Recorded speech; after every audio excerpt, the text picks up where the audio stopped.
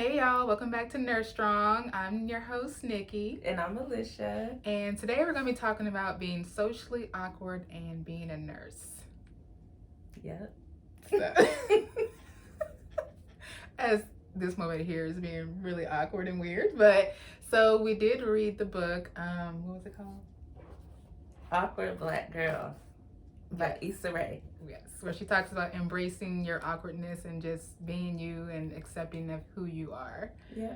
So, have you ever worked with an awkward nurse or?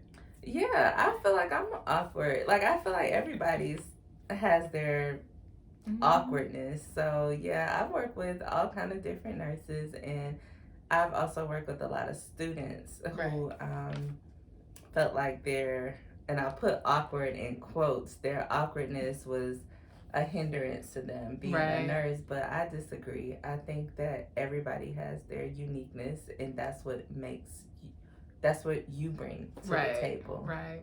So. I would say, well, now I embrace my awkwardness, but when I was in nursing school, I was one of the people who would it hindered them. Like I don't talk to me. Like I would be uncomfortable trying to think about what I'm gonna say, like to the patients or even in class. Yeah, and then now we got like patient satisfaction surveys. Like you have to engage with people, otherwise, you'll get some kind of bad comment. I don't know. It was a lot of pressure back then. I feel like you had to be like, if you weren't the bubbly person who always had the right comeback when somebody said something or carry on a good conversation. Like, yeah. So how did you overcome that? I guess as I got older, people kind of just forced me out of it. Yeah. Like, you gonna talk to me, like, you gonna be my friend, like, because otherwise, like, I would be, like, that quiet person who just sits in the back, like, I would know all my stuff, but I would be the first one to get out of the classroom or even at work, like, once I got on the floor, like, I would get report, but I wasn't, like, very sociable and talking to people until then one nurse was like, you're very quiet and you seem nervous, but she was like, yeah, we're not gonna bite you, like you can talk to us. That's really what she did. And she would, like, every day she would find me and be like, you going to lunch with me, like I want to get to know you. And that's what she did. Like she kind of like just forced me to like talk to her. And so that's cool. So somebody had to kind of bring you out of it. Yeah.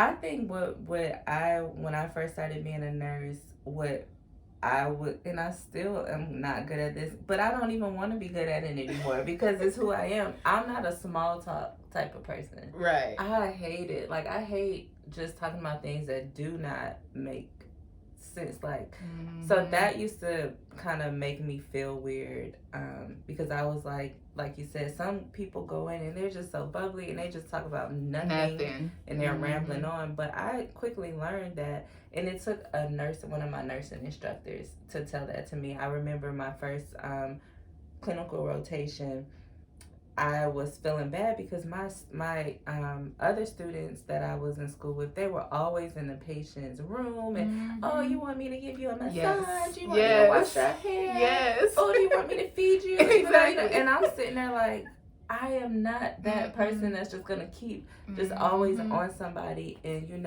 my instructor, a lot of things she said to me stayed with me. She said, that's what makes you a good nurse. You feel things, when to talk to people, when not to talk to people, when to start the conversation, when to end the conversation.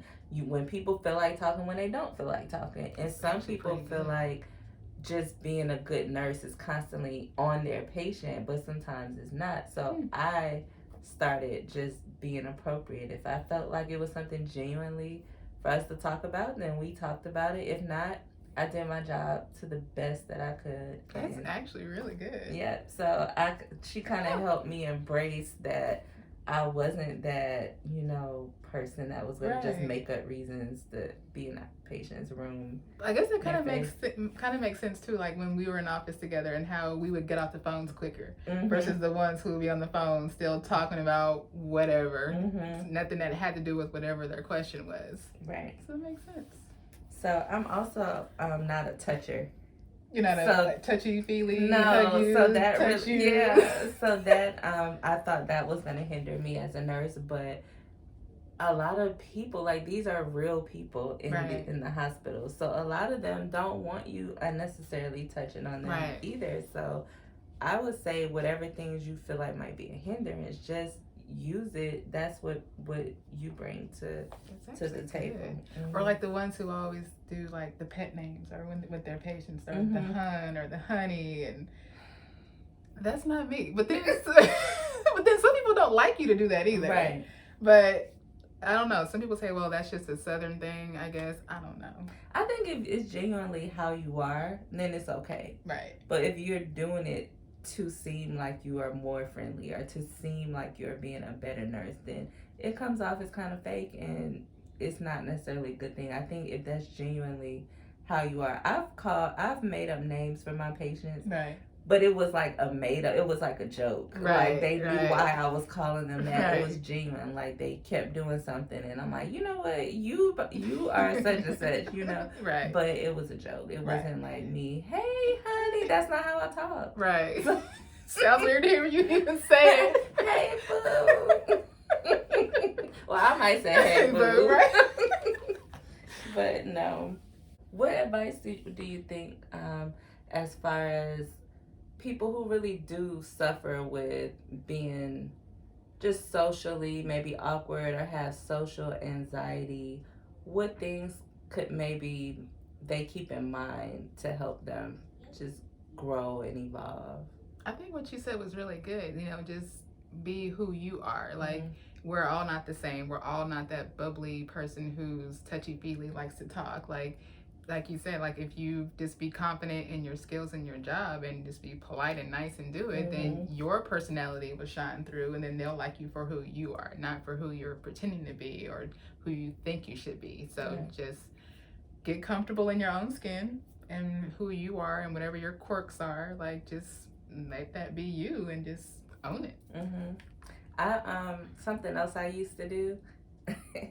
I used to kind of think of it like acting sometimes, but not being fake, but like kind of have a script. You know what I'm saying? So I might say, you know, I walk in and I'm automatically gonna speak. Hey, good morning, this family. Hey, how y'all doing? I'm Alicia, and today I'm gonna give you your medicine. And then I even had a way that I gave medicine. So I'm gonna give you medicine for this, this, and this, and then next I'm gonna scan it. And that's, you know, in my head, I already knew how I was gonna play it out, so it eliminated some of those awkward moments, because that did concern me sometimes, that I was gonna get in there and not have a bunch of things to fill up the day. I wanted to be quick, but I didn't want to be standoffish. So I just kind of had like a flow in my head of how it was gonna go, and then I knew my biases. I knew,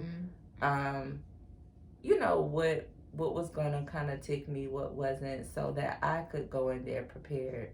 And I tried to make genuine conversations. So if, and I look for reasons, because I did want to have conversation with my patients. I wanted to connect with them. But so if it was somebody in there and, you know, they were watching something on TV that I like, then I might say, oh, have you been watching this? Blah, blah, blah. You know, we talk about that. But then if they were watching the news, which a lot of my patients do when they get ramped up about politics, I'm not commenting on that. No.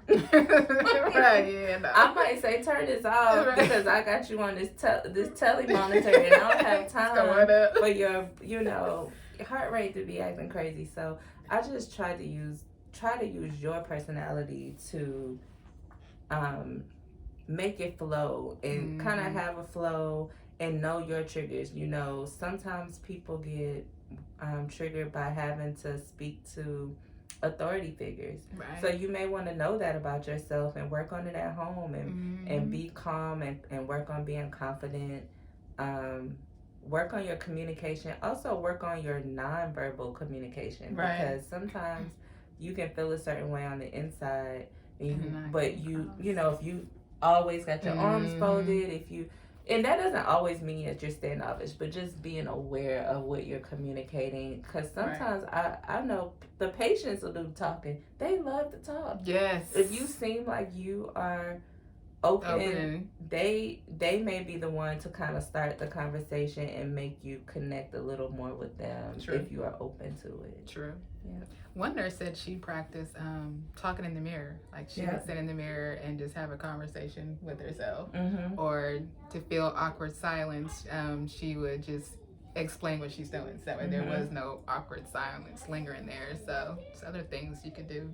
As well. And sometimes it's just gonna be awkward. Like sometimes these people are so sick and they feel bad they don't want to talk, and they you're saying things like it's gonna be okay and blah blah blah, and it really might not be okay. So sometimes you just do what you need to do, be patient with them, give them what they need, and not take it personal. Just try to be better. Practice. I like that, practicing having conversations, even if it's with someone else. Just practice. Know your weaknesses and your strengths, and develop them. Yeah.